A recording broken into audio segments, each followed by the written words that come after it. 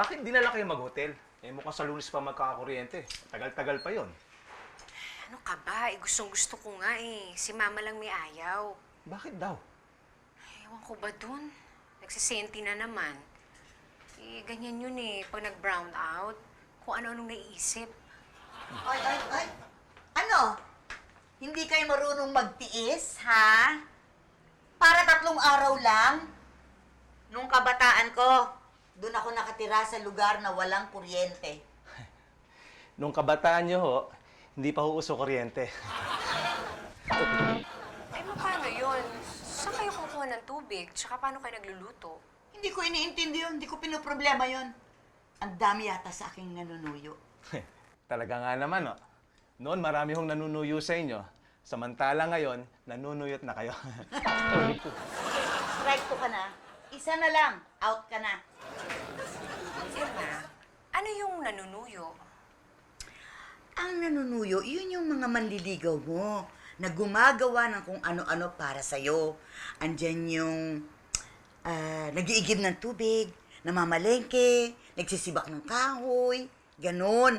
At kaya ako walang iniintindi nung araw kasi ang dami kong manliligaw. Talaga? Ginagawa nila yon? Oo. Ano naman ang kapalit? Pag natapos nilang gawin lahat yung dapat nilang gawin, at saka ko sila ini-entertain. Ah, sa'yo pala ako nagmana eh. Magkano binabayad sa'yo nun? Sira!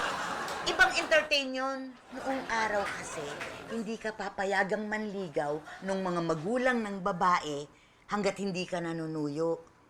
At kapag tapos ka na do sa mga gawaing dapat mong gawin para sa kanila, at saka ka palang papayagan na makipag-usap doon sa ninililigawan mo. Grabe naman. So, ibig sabihin, ganun kahirap yung dinaanan ni Papa bago maging kayo? Naku, hindi. Hindi siya nahirapan sa akin, ano? Wais ang papa mo. Itinanan ako. Mukhang doon binawian yung papa mo. Mula nang kinasal sila ni Mimi, doon nagsimula maghirap ang buhay niya. Ano naman? At yun sana ang pangarap ko sa'yo, anak. Yung tipong dumaan muna sila sa hirap bago ka mapapayag magpakasal. Kasi iba yung pinaghihirapan. Mas napapamahal. Naku, mukhang mapapamahal nga kayo. Di lang linya ng tubig ang sira, pati linya ng gas, sira din. Basta, labas! Yung bulaklak mo! Kung makabalik-balik dito! Ano? Una! You're all right para asarin ako. Sigasanin mo na ako! Hindi ko naman magagawa yon. Hindi naman ako kagaya mo eh. Ano nangyari? Ayaw ko pakitin ng ligaw kay Didi. Init ang ulo. Sinasabi ko na nga ba eh. Ano pa nangyayari kay Mimi? Eh kasi nagsisenti yan eh. Kinikwento niya yung kapanahunan niya noon. This is hopeless. I give up. I just give up! Pero, Okay, fine. Ano sasabihin mo? kala ko hindi ka babalik eh. Alam ko kung paano mo mapapapayag si Mimi. Naku, Patrick, baka ito naman tayo sa mga advice mo na palpak, ha? Ah, ganun ba? O, sige, huwag na lang. Ito na. Saan ka naman pag-ipot eh? Parang gusto mo, suyuin pa kita eh. Mismo. Ba't naman kita susuyuin? Hindi ako. Si Didi. Si Didi ang susuyuin mo para kay Mimi. Yun ang pinagsesentimiento niya. What exactly do I need to do? Hindi ako marunong manuyo eh. Tommy, yung babae noon, pinagsisibak ng kahoy, pinamamalengke, pinag-iigib ng tubig. Pamamalengke lang kaya kong gawin yan. Pero pag-igib ng tubig, tapos pagsibak ng kahoy, meron naman silang tubig at saka gas dyan ah. Napapag-usapan yan.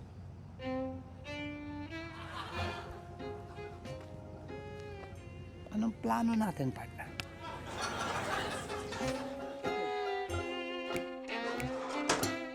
Didi, Mimi, ayos na! Talaga? Lord, thank you! Ay, hindi. Testingin niyo muna. Okay. Sige.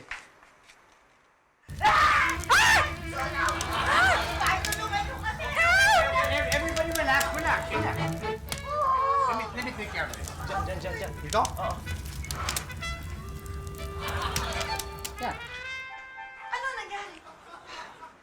Let me check.